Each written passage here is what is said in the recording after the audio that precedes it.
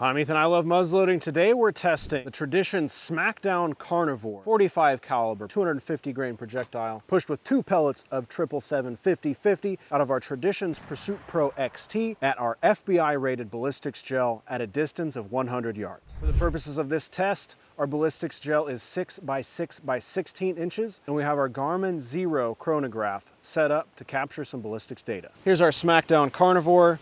It's a 50 caliber sabot or sabot holding a 45 caliber projectile. For a primer, I'm using the Federal Blue Box 209 shot shell primer. 1356.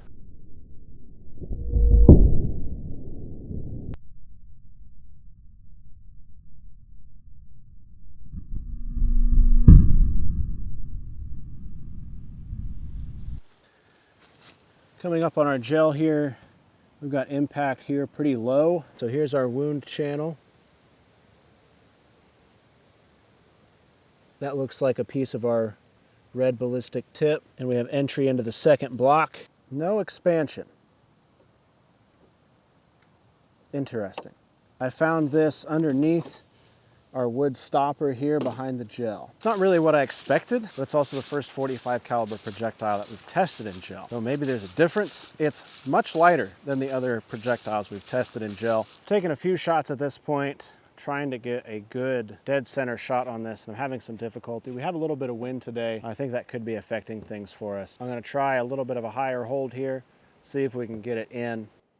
1564.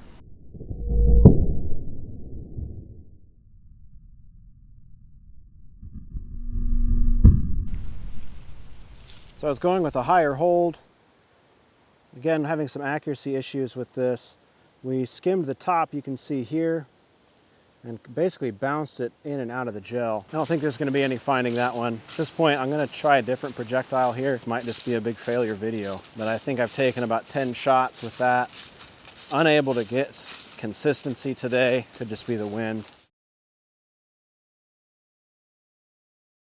Next up, we're going to try another 45 caliber projectile. This is the Tradition Smackdown Bleed, measuring at 170 grains, so even lighter. There's a shot of the projectile and the sabot. There's your projectile, little hollow point area there. Almost reminiscent of the Hornady XTP in profile, not in shape.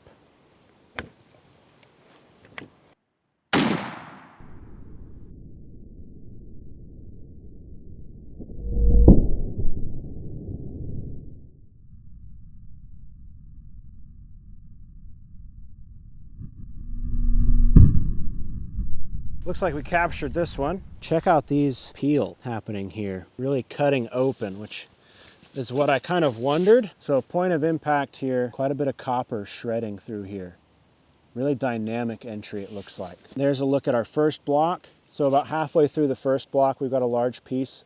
3/4 of the way through, looks like we have another pretty large chunk. And then into our second block, very impressive. About an inch in, we have a chunk. About 1/4 of the way into our second, we have quite the wound channel there. I'm going to start in our second block here and work my way forward.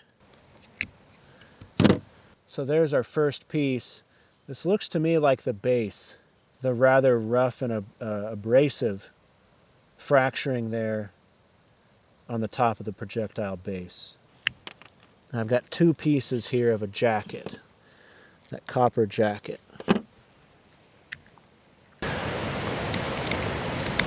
So these pieces here are more jacket. I don't know about getting all of these, but we'll try to get our recovered weight as accurate as we can.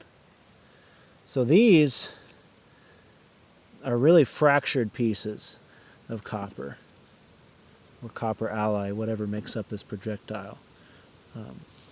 Very rough, not at all like the jacket.